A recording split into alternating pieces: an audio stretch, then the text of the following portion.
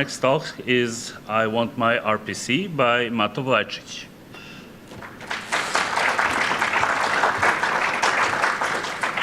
Thank you, folks.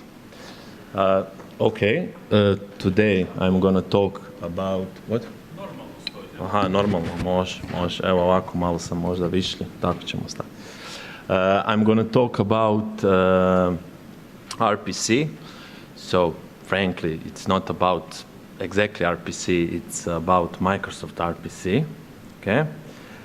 So this kind of a story is about will be told from Windows perspective and in Windows world. Okay. Before we proceed, let me introduce myself. I don't have this who am I slide. Because time is of the essence, we need to move quickly. I work for Infigo as an incident responder. SOC analyst, I've been involved in a lot of investigations, and I love purple teaming. Also, I possess some offensive skills, and that's about me. Okay.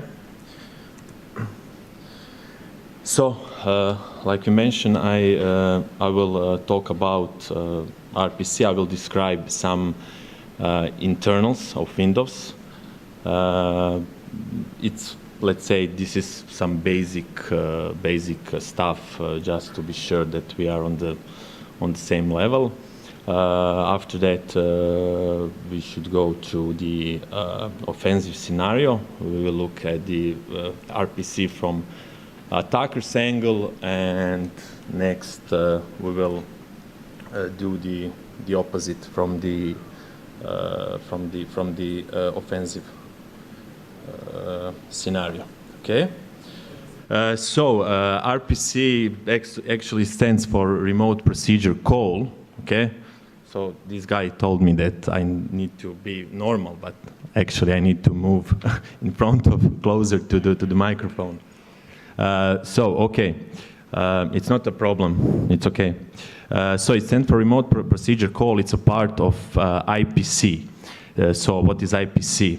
Let's imagine that you have a Chrome process. You just want to download some stuff. And the Chrome needs to signal the default Windows shell. It's Explorer. It has to signal it that you are downloading some stuff from the internet. That's the one case.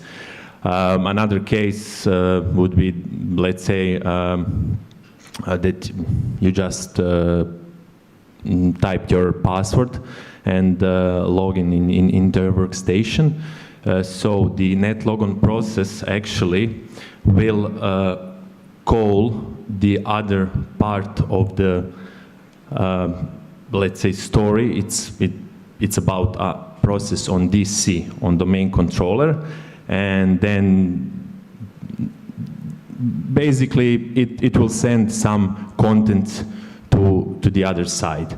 So IPC can be both on locally, just locally, and it can be across network boundaries, and we can execute code or something on the other side, let's say on some other. We have one concept here. It's very important for IPC in Windows, and it's named pipe. So when Microsoft in, I think, 90s, Microsoft was trying to put RPC into its stack, but they already had some flavor of IPC. It's a LPC, but it has local procedure call, but it has some major flaw in design. So they decided to put some better technology there, and the easiest way for them is to, this is only assumption, let's say, to base RPC on named pipes. So named pipes, actually, it's also part of IPC, and we have we have SMB, we have a named pipe, and above that we have our RPC. So our RPC will use a named pipe for transportation purposes, okay? So guys, one question for you. Do you know maybe which of those fancy Microsoft Windows protocols using named pipe for its transportation? Do you know maybe which of these? It's a very popular protocol. It's SMB. So we have SMB. On top of that we have named pipe, and on top of that we have RPC. So a lots of overhead there. And if you ever wonder why your system administrator had a tough time with troubleshooting Windows, so this is the reason. It's a lot of overhead there. Okay. A lot of time spent on first slide. Okay. So, like I said, we have a client and server. This basically are two processes, and client wants to communicate with server process.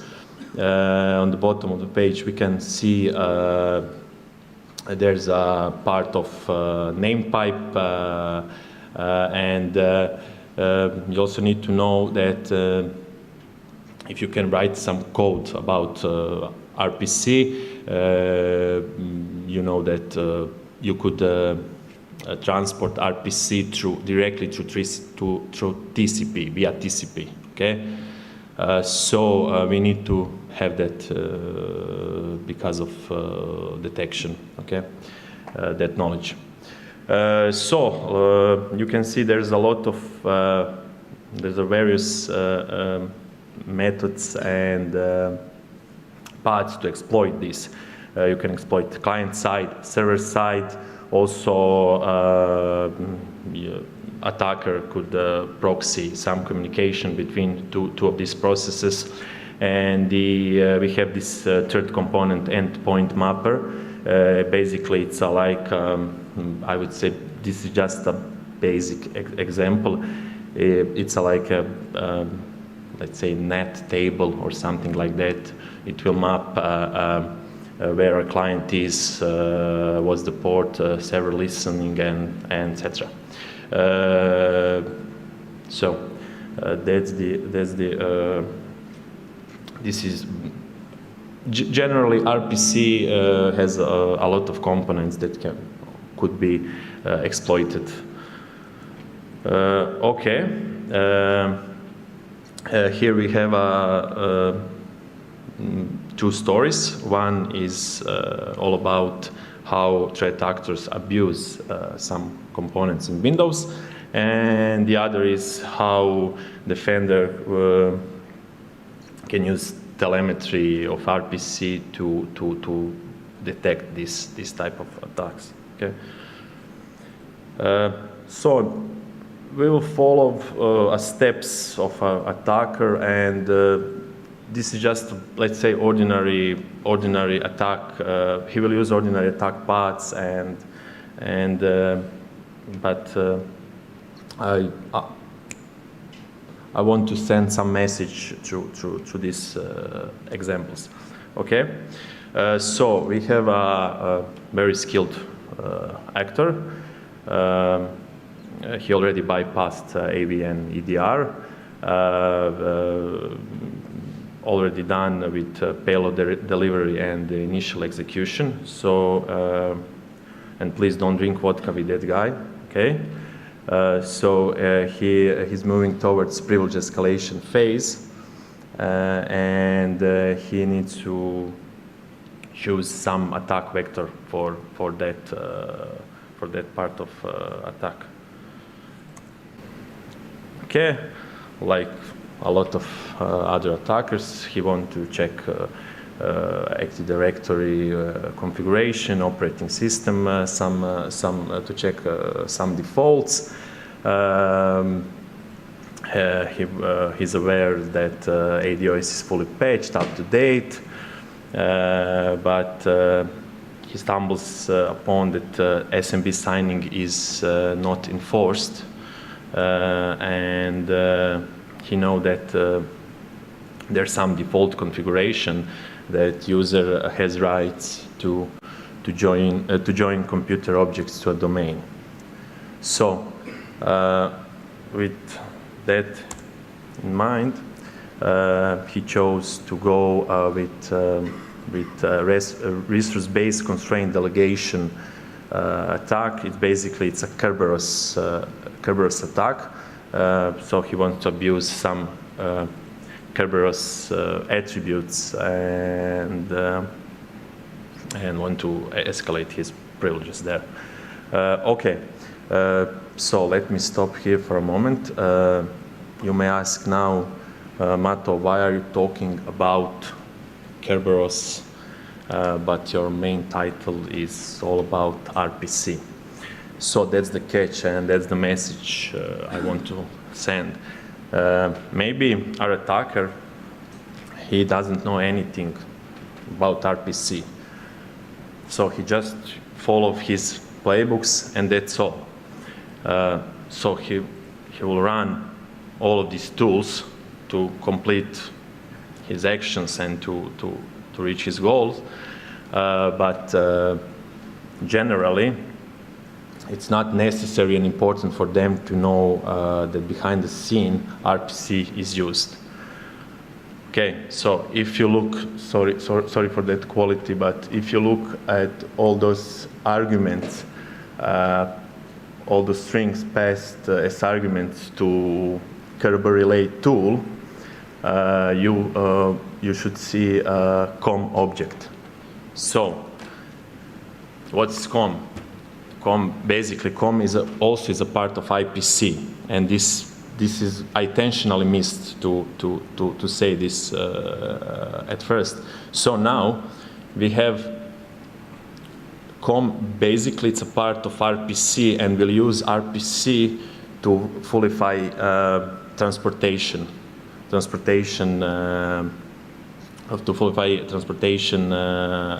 and purposes. So we have SMB.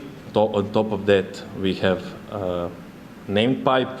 On top of that, we have the RPC, and on top of that, we have a COM object, component object model. So it's all part of IPC technology and stack in Windows. So Windows has a lot of overhead there. Okay, and this first command is actually just part of enumeration tasks and this tool checkport. It looks for COM ports, available COM ports. The other part is the main part of resource-based constraint delegation. And that's all. It's not important for us. I just want to emphasize that these tools behind the scene use RPC, and that's the catch. So here we have Rubeus. You all know about Rubeus. It's Kerberos. It's tool for passing the ticket, and we are here attacker using S4U, and this is nearly identical like Chaos TGS S4U function, and I tried to figure is there some RPC involved there, but I didn't find anything. So I put it here because we need to follow just to follow the story. And the last part is our attacker wants to patch service control manager to allow herself to pass the Kerberos ticket for local authentication. So when you heard service in Windows and scheduled task, you could conclude that RPC is also behind the scene. So there's also RPC doing his stuff behind the scene. Okay. So attacker spawns CMD under enter system, and here one step closer to secret plans. Okay. Now we look at this attack from the defender's angle and try to detect this type of attacks.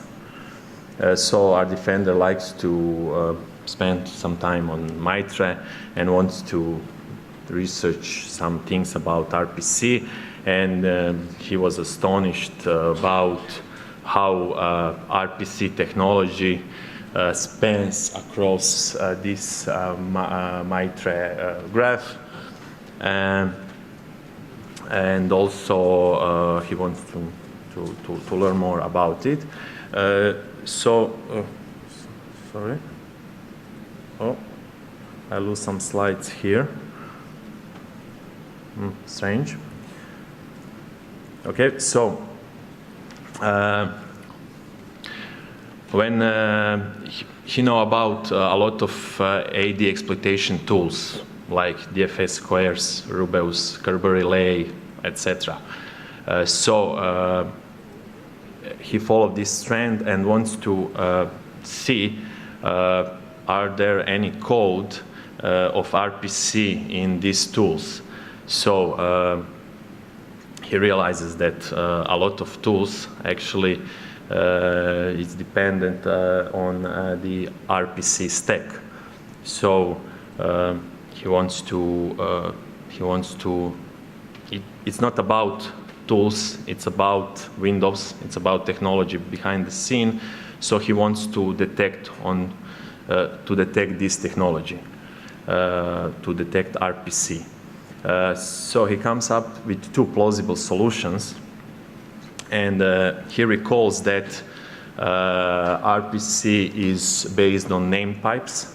So he wants to utilize Sysmon and the two events dedicated for pipe events, and there's the 70 and 80.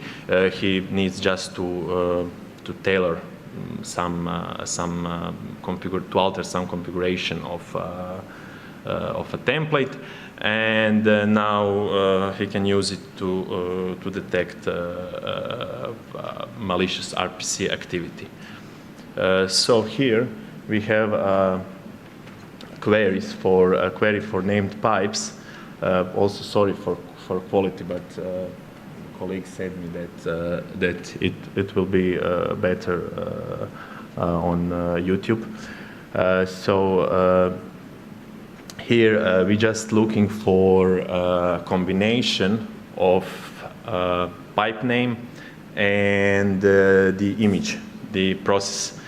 And this actually one of my favorite hunting query, because with this kind of technique, actually you could detect a lot of other tools like Cobalt Strike, and so I'm not fun to put my production rules here, but just try to detect some combinations between image process and some suspicious name pipe, or let's say not very frequently used named pipes and images in your system. So look for that. That's the one I used a lot for all other tools, also for AD exploitation generally.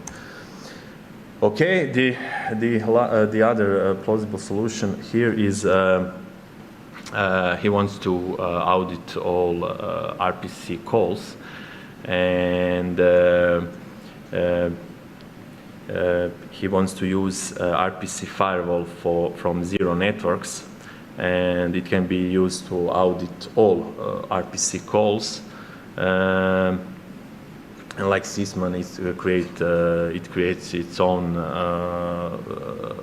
event log channel, and actually you could detect a lot of things about RPC attacks there.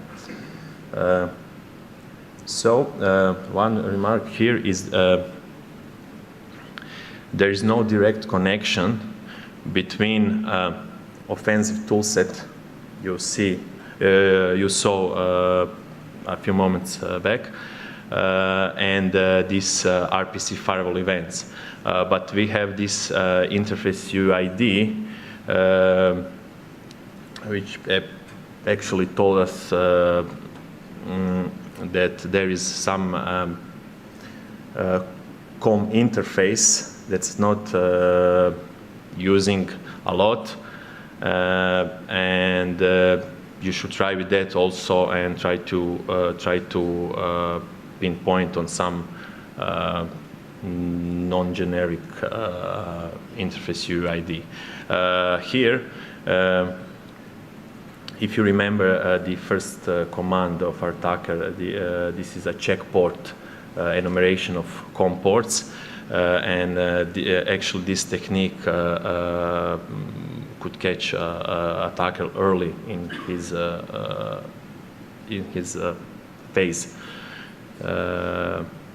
Also there's a I said that a lot of RPC calls are based on named pipes. So here we have actually a RPC call executed directly through TCP. So it's also a good way to detect this kind of attack. So what we learned, this is more for some other conference, but generally you see that Windows has a lot overhead there. We have a lot of encapsulation of its main protocols, a lot of tools for AD exploitation. Basically behind the scene use RPC. It's a huge attack surface.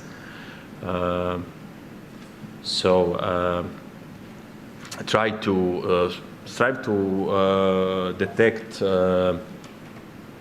to make some more resilient detections, because if you just want to detect some strings or your toolset are dependent on that strings, then you will have a problem because you don't have you can't catch all of these tools, you know. And I've been, I don't know, maybe I was there on a science course a few years ago, and it's a forensic course, and I asked my instructor why we don't use a Sysmon in our labs. So he said he should then rename the course to be a Sysmon course, just because it would catch a lot of attacks. So use Sysmon, and that's all, folks, from me. Okay, questions? Yes.